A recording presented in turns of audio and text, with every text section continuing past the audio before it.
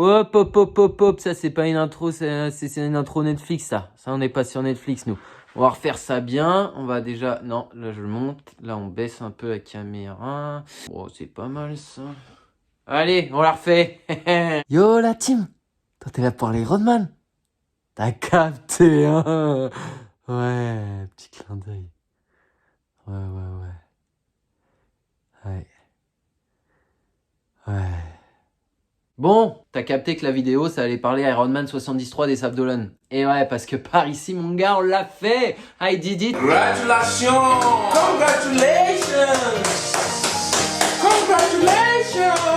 Congratulations! Pas évident, mais on l'a fait. Donc je vais vous parler un petit peu organisation, planning, préparation. Parce que forcément, on est tous des êtres humains, on a une vie à côté. Donc il faut s'organiser, tout ça. Je te donne quelques petits conseils. Je te parle aussi d'avant de la course, la veille, de récupération des dossards, tout ça, parce que c'est une très grosse organisation. Vaut mieux savoir où tu t'aventures. Et puis je te parle évidemment du jour J de la course. Mamma mia. C'est la fête! C'est la fête! Et de après, plein de petits conseils. Parce que j'ai regardé plein de vidéos, moi, avant, pour savoir tout ça. Il y en a des biens, il y en a des moins bien. Mais il n'y en a aucune qui te donne le conseil à la fin que je vais te donner. Reste à la fin. On ne sait jamais. Ça pourra toujours servir. Par contre, je le mets vraiment à la fin, c'est parce que comme ça, tu vas rester tout le long de la vidéo. Et puis voilà, pas folle la guêpe, tu vas t'inquiéter. Le délire. Bon, allez, on y va. Cette vidéo est sponsorisée par le PQ qui déchire. Révolutionnaire et transparent dans sa stratégie marketing, le PQ qui déchire est honnête avec sa clientèle. C'est bel et bien un PQ qui déchire. Si vous n'avez pas peur du saignement et des irritations, ce PQ est fait pour vous. Une véritable bombe dans le milieu du PQ. Le PQ qui déchire, le tester, c'est le détester. Moins 10% sur tous les packs de 12 de PQ qui déchire avec le code. Allez mon Joe 10.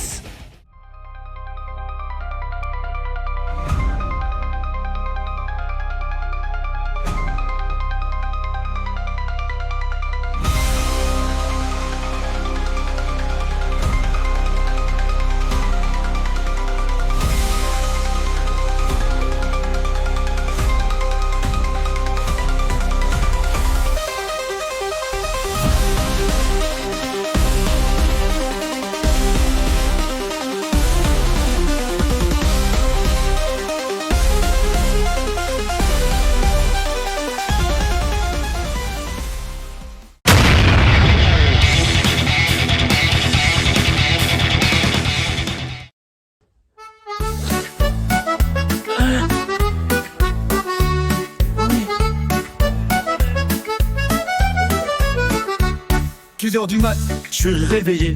Pourquoi je fais ça, j'ai pas envie. De toute façon, je suis obligé. C'est là que je regrette de m'être inscrit.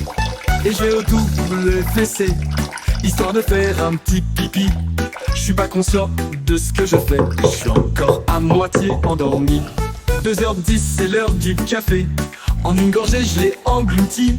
Ça me rappelle que j'aime pas le café. Ça transforme mon transit en distillerie. Les pompes sont mises et bien lassées. C'est parti pour 1h30. Je suis à 2 doigts de trébucher sur le zizi de papy. Ah non, papy, pas encore le zizi. Quoi?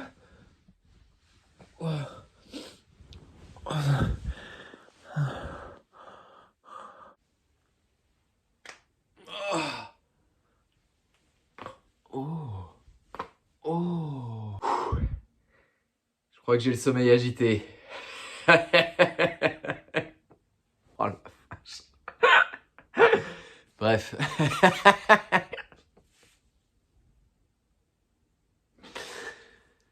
Wow. Ok.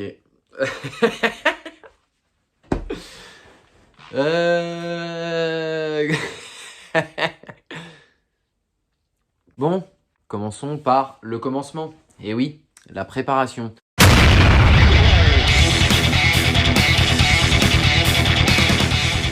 Donc déjà, l'Ironman 73, qu'est-ce que c'est? C'est 1,9 de natation, 90 de vélo et un semi pour terminer. 1,9 de natation, 90 de vélo, un semi pour terminer.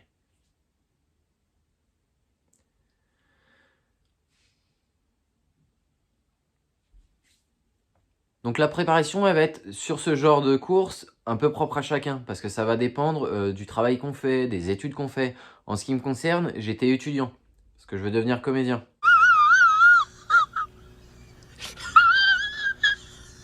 Ouais, c'est la vie que j'ai décidé de mener. Bref, c'est pas le sujet. Donc c'est pas évident parce que j'avais des répètes le matin, des cours l'après-midi, donc il fallait que je m'organise. Ça fait longtemps que je cours, donc mon planning hebdo, il était toujours assez calé sur la course à pied. En revanche, ce que j'avais pas, c'était la natation et le vélo. Et ça, j'ai peiné. Pourquoi? D'abord, la natation, j'étais obligé de me lever à 6 h du matin pour pouvoir aller nager avant les cours. Aïe, coup dur pour Guillaume. Je vous vois déjà me dire, ah ouais, c'est dur. Ouais mec, c'était dur. Pourquoi? Des fois, j'étais dans l'eau, je me disais pourquoi? Pourquoi mec, tu fais ça? Reste dormir. Et en ce qui concerne la préparation vélo, le problème c'est que j'habite Paris pour mes études.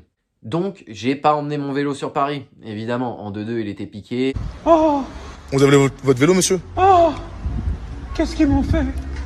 Et pourtant, je l'ai bien sécurisé avec le cadenas. Pour me déplacer à Paris, j'ai un vélo une vitesse de chez Decathlon. Alors, j'avais une demi-heure le matin pour aller en cours, une demi-heure le soir pour revenir. Et bah, c'était un peu ma prépa sur l'Ironman. C'était un peu ça, quoi. Avec un vélo une vitesse. À la dure. Comme Rocky 4. Quand il part en Russie et qu'il va dans la neige et que... D'ailleurs, ça me fait penser, je vous ai pas encore parlé de mon vélo. Enfin si, je vous ai dit qu'il avait qu'une vitesse, mais je vous l'ai pas présenté. Allez, profitez, c'est pour moi, c'est cadeau.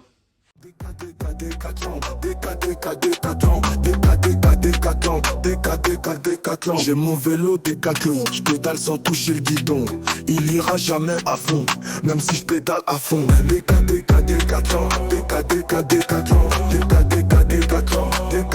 Décathlon. Je lui ai mis plein d'autocollants, comme ça il est plus voyant. Mes bras c'était clignotants, un jour j'aurai un accident. Décathlon, Décathlon.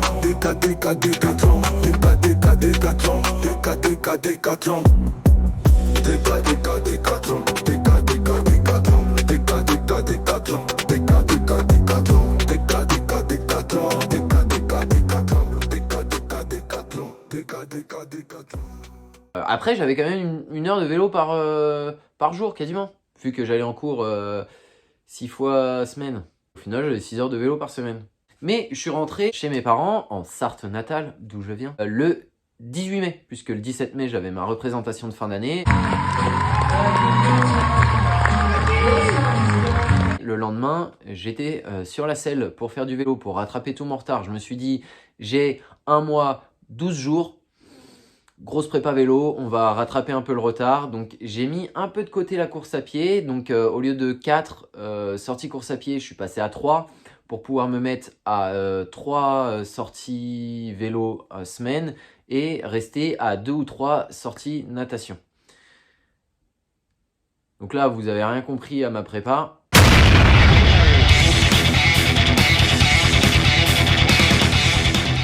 L'essentiel va être d'avoir chaque semaine un rythme constant, voire progressif. Prenez votre base de ce que vous faites et vous augmentez petit à petit. Imaginons que vous démarriez de 0 en natation. Et bah, l'objectif de votre préparation, ça va être de faire une augmentation constante et progressive pour encaisser les 1,9 km de natation. Pas pour les faire, pour les encaisser, parce qu'après, il y a 90 km de vélo et un semi à faire. Pareil pour le vélo. Si vous démarrez de 0, dire un peu Jamy, comment j'ai fait, non? Et oui, Jamy. Mais depuis tout à l'heure, je vous dis qu'il faut augmenter son volume progressivement, de façon constante. C'est pas forcément vrai. Pas vrai, mensonge, mensonge, faux d'état, mensonge, perroquet, vous n'êtes qu'un perroquet, monsieur. Puisque si vous augmentez chaque semaine, chaque semaine,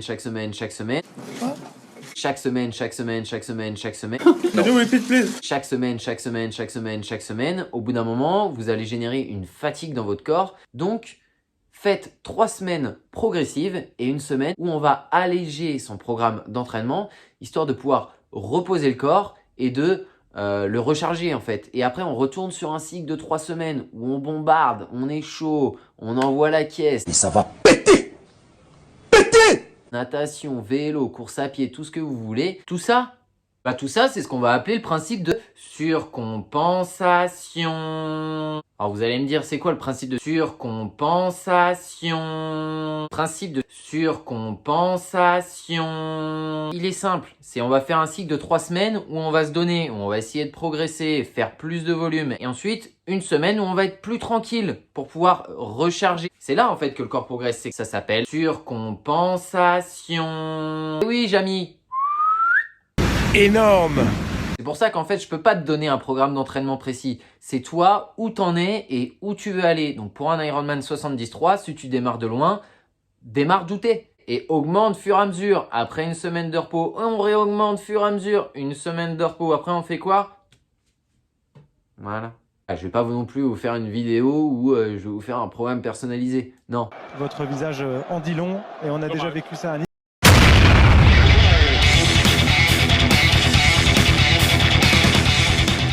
Dans l'idéal, commencez votre préparation 6 mois avant la course. Essayez d'avoir au minimum 3 séances de course à pied comportant une sortie en endurance fondamentale, une sortie fractionnée court et une sortie longue. Si vous voulez une 4e séance, vous pouvez ajouter en bonus une sortie fractionnée court. La course à pied, c'est le sport le plus traumatisant des 3. Lorsque vous sentez une accumulation de fatigue, n'hésitez pas à diminuer la charge sur cette discipline. Il faut absolument éviter la blessure. Des fois, un pas en arrière, ça peut être 2 pas en avant. Prudence est mère de sûreté. Pour la partie vélo, si vous voulez une préparation aux petits oignons, je vous conseillerais au minimum 2 sorties par semaine. 3, ce serait parfait. Et puis, il n'y a pas de miracle. La progression dans les sports d'endurance, ça a le même schéma. Mettez votre ego de côté, surtout en vélo. Même une sortie à 25 km/h, ça reste une sortie qui fait progresser. Démarre avec ton niveau. Plus la course approche, plus il est préférable de se rapprocher du double de la distance sur le volume de la semaine. Et puis fais gaffe à ton alimentation, bouffe-moi du glucide là. Bon, et puis pour la partie natation, j'ai pas de vidéo, je nage, alors j'ai mis des petits déguisements de quand je suis animateur. Voilà. Regarde des vidéos sur YouTube pour améliorer ta technique et puis accumule de la distance. C'est tout ce que j'ai à dire. Et tout ça, bien sûr, avec le principe de surcompensation. Bon allez, passons aux choses sérieuses.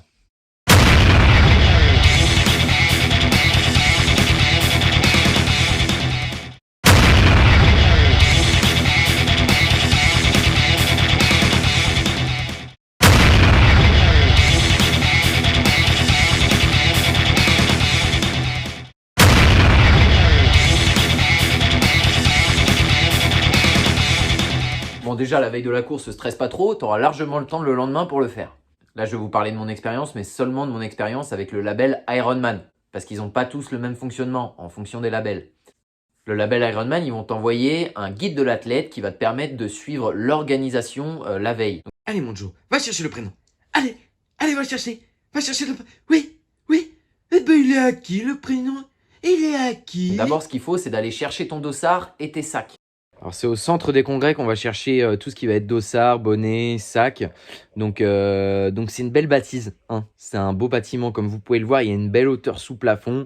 Vu qu'on peut venir chercher les dossards la veille et l'avant-veille, ça permet qu'il n'y a pas trop de bouchons. Donc ça passe assez vite. Les hôtesses, elles savent ce qu'elles ont à faire. Là, on récupère le petit bonnet. Et là, on marque allez mon Joe. Ben ouais, bien sûr. Là, je me tais, je vous laisse admirer le charisme. Une fois que tu as récupéré ton dossard, tes sacs, ton bonnet de bain, il va falloir que tu te diriges au parc à vélo. Et avant d'entrer comme un imbécile dans le parc à vélo, pense à bien remplir comme il faut tes sacs de transition. Donc il y a 3 sacs de transition. 3 passe-partout. Le premier, la transition 1 entre la natation et le vélo. Pense bien dedans à mettre tout ton matos de vélo. Ton hydratation, tu pourras déjà la mettre sur le vélo quand tu iras déposer ton vélo au parc à vélo. Ça fait beaucoup de fois vélo. Et avec ton deuxième sac de transition, il faut que tu mettes toutes tes affaires de course à pied. Par contre, fais attention parce qu'une fois que tu as déposé tes affaires dans le parc à vélo, après, t'es foutu. Donc, te trompe pas. Mets bien toutes tes affaires que tu auras besoin le lendemain dans le bon sac. Mon sac est fait! Mon sac est fait! Mon sac est fait! Sinon, tu vas le regretter. Et c'est con de regretter. On est trop jeune pour ça, après tout. Allez. Une fois que tu auras déposé définitivement ton vélo et tes sacs de transition, tu vas pouvoir te rendre au lieu de conférence. Et là, t'en as plein les yeux, mon gars. Là, il te programme tout un briefing sur l'expérience de l'Ironman et il t'explique en détail tout ce qui va se passer le lendemain. Départ, transition, parcours, tout ce qu'il y a à savoir, ce sera expliqué ici. Tu peux même poser tes questions à la fin. Oh, elle est pas mal la casquette là.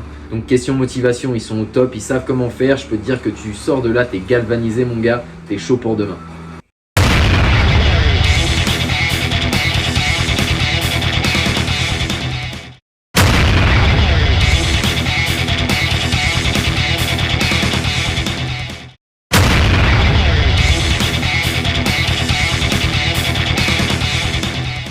Bon, c'est l'heure de vous parler du conseil que personne ne donne. Ça fait plusieurs courses que à chaque fois je le prends pas. Je me dis pas, oh non mince, je l'ai oublié. Mais c'est au moment où j'en ai le plus besoin que je me dis, ah mais ce serait tellement bien si j'en avais un.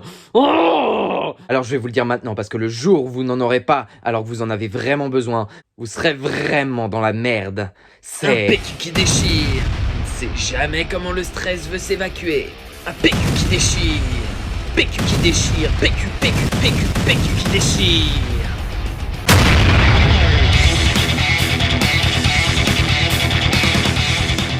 Ah les gars, c'est le jour J. Le jour J, on est excité, on est stressé, on a un petit peu la... Mais on est là, on est content, Donc, allez, là, on est sur la ligne de départ. Alors, je préfère te dire, si tu me trouves... Oh, je fais coucou, je suis juste là, en fait, en bas. Je sais pas si on me voit, mais je suis content d'être là, apparemment. Tu m'étonnes. J'ai un bonnet violet, je sais pas si vous avez vu. Bon, en gros, plus sérieusement, normalement, on devait partir 9 athlètes toutes les 12 secondes. J'étais en plein dans le milieu, j'ai pas compris, on était le dernier sas, on est tous partis en même temps. Moi j'avais le doigt comme ça sur la montre pour préparer le chrono et là, je vois tout le monde part en même temps, je me dis, qu'est-ce que c'est que ce bordel? Donc on devait être 2, 3, 400, je sais même pas. Je me mets à courir, je saute dans l'eau, je lance même pas la montre. Je lance pas la montre, tout le monde est là à ma droite, à ma gauche, ça tape, des coups de pied, tu t'en reçois là. À un moment, je reçois un coup de talon dans la lunette, elle gomme mon œil. Je dis tant pis, je peux pas y toucher de toute façon. Sinon, il y a de l'eau qui va rentrer. Donc, je continue à nager avec un œil un peu gobé. Ça passe la première bouée. Et une fois que tu passes la première bouée, tu es un peu plus tranquille. Il y a moins de monde. C'est un peu plus élargi. Tu vois ce que je veux dire? T'es bien. Donc, tu y vas. Allez, mon Joe.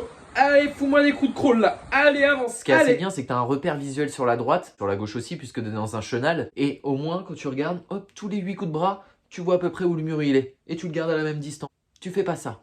T'es bien, t'es tout droit. Je sais pas, mais je sors en 32-44. J'ai jamais nagé aussi vite. Merci la combinaison. Donc, pour ceux qui sont pas très bons en natation, vous inquiétez pas. Le jour J, avec la combinaison néoprène, vous allez glisser, vous allez être beaucoup plus rapide que d'habitude. Bénéf pour ceux qui savent pas nager. Allez, on prend. Une fois que je sors de l'eau, comme je vous disais, je fonce vers les sacs de transition. J'enlève ma combinaison, les lunettes, le bonnet. Je mets mon casque, mes lunettes, je prends la nourriture, je le mets dans le dos. Je range ma combinaison et toutes mes affaires de natation.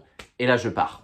Donc là, on peut voir, je viens de récupérer mon vélo. On voit pas très bien, mais j'ai pas attaché mon casque. Heureusement qu'il y a un mec qui m'a prévenu parce que sinon, je pouvais me prendre une pénalité. Allez, mon Joe, allez! Sur le vélo, bizarrement, tout se passe bien. Pendant mes prépas, pourtant, j'avais toujours des petites douleurs au lombaire, de comment j'étais positionné sur le vélo, des douleurs à l'entrecuisse. Même au niveau de la vie. Des douleurs à la nuque parce que le casque est trop lourd et quand je suis penché comme ça, c'est pas évident. Là, rien. Tout qui va, sauf la météo. Des pluies, une pluie, mais diluvienne, la pluie, elle est. Et oui, ça pleut, mais des cordes. Tant pis, c'est pas grave. On kiffe, donc on continue, mon gars. Allez, mon Joe, tu prends du plaisir, là, allez. Là, on est à peu près au 75e kilomètre. J'avais l'impression de voler. Toute ma bouffe était nickel. Mon hydratation, nickel. Il pouvait rien m'arriver. Les kilomètres s'enchaînent et j'avais minutieusement préparé ma nutrition. Tout ce qui était liquide, c'était mon électrolyte et tout ce qui était en gel, c'était mes ISO. Et ça m'a permis d'être bien tout le long de la course. Au fur et à mesure que j'arrive, je me sens bien. Et là, je vais déposer le vélo. Quand je finis la partie vélo, je m'aperçois que je l'ai fait en 2h29 et 13 secondes. On m'informe que j'ai fait la partie natation en 32 minutes. Je me dis, en fait, je suis largement en dessous des temps que j'espérais. Il n'y a plus que la course à pied. Je sais pas ce qui m'arrive, j'ai l'impression d'être sur un nuage. Je sors du vélo, je suis bien. Je suis vraiment bien, je pars 4-6 du kilomètre. Je sais pas ce qui m'arrive. Oh, qu'est-ce que c'est ça? Oh non, ce serait pas mon mollet saillant? Oh, ben si, c'est lui. Bon, dis donc, qu'est-ce qu'il fait là, celui-là? Bizarrement, je me sens bien. J'ai l'impression que les 1,9 km de natation et les 90 de vélo, ils étaient pas là. Je commence à courir. Je déroule. En 4,06 du kilomètre. Qu'est-ce qui se passe, Joe? T'es qui? T'es qui aujourd'hui? T'es un monstre? C'est ça qui se passe. 2 kilomètres plus loin, je déchante, évidemment. Il y avait une petite plage. Ils ont mis une petite plage au Sable d'Olonne. 200 mètres la plage. Ça m'a paru une éternité. J'ai commencé à avoir les cuisses dures, les mollets durs. Mais qu'est-ce qui se passe? Qu'est-ce que vous nous faites? Déjà que c'est assez dur, vous rendez la chose encore plus dure. C'est ça que vous êtes en train de faire? J'ai dû mettre au moins 2 km à m'en remettre. Et après, j'ai continué. Et plus ça allait, forcément, plus ça devenait compliqué. Et c'est là en fait qu'on réalise que la préparation depuis 6 mois, elle n'est pas que physique, elle est aussi mentale. Parce que quand ça devient dur et qu'on peine à trouver les ressources nécessaires pour continuer d'avancer, c'est en réalisant que finalement l'arrivée est importante, c'est vrai. Mais le chemin qu'on a parcouru pour en arriver là l'est encore plus. Alors on repense à toutes ces longueurs qu'on a nagées, à toutes ces bornes qu'on a roulées et à tous ces kilomètres qu'on a courus. Et c'est là qu'on arrive à se dire que ce qui nous sépare de la ligne d'arrivée, finalement c'est pas grand chose. Et quand tu finis, t'es content mais tu pleures. Au final, je termine le semi-marathon en 1h34 minutes et 18 secondes, soit 4 minutes et 29 secondes par kilomètre. Je passe la ligne d'arrivée en 4h44 minutes et 18 secondes pour finir 297e sur 2652. En me lançant dans cette aventure, je comptais faire 5h30. Plus la préparation arrivait, et plus je me disais que je pouvais accrocher les 5h15, voire me rapprocher des 5h. Jamais j'aurais pu penser que je passerais sous les 4h45. J'ai trouvé dans cette aventure beaucoup plus que ce que j'aurais pu imaginer. J'ai maintenant qu'une idée en tête, faire plus, cocher des cases, me dépasser, trouver mes limites. Et les vôtres? Elles sont où? Oh putain, le petit con! Il m'a mis les émotions, le con! Ah, c'est décidé, je vais m'inscrire!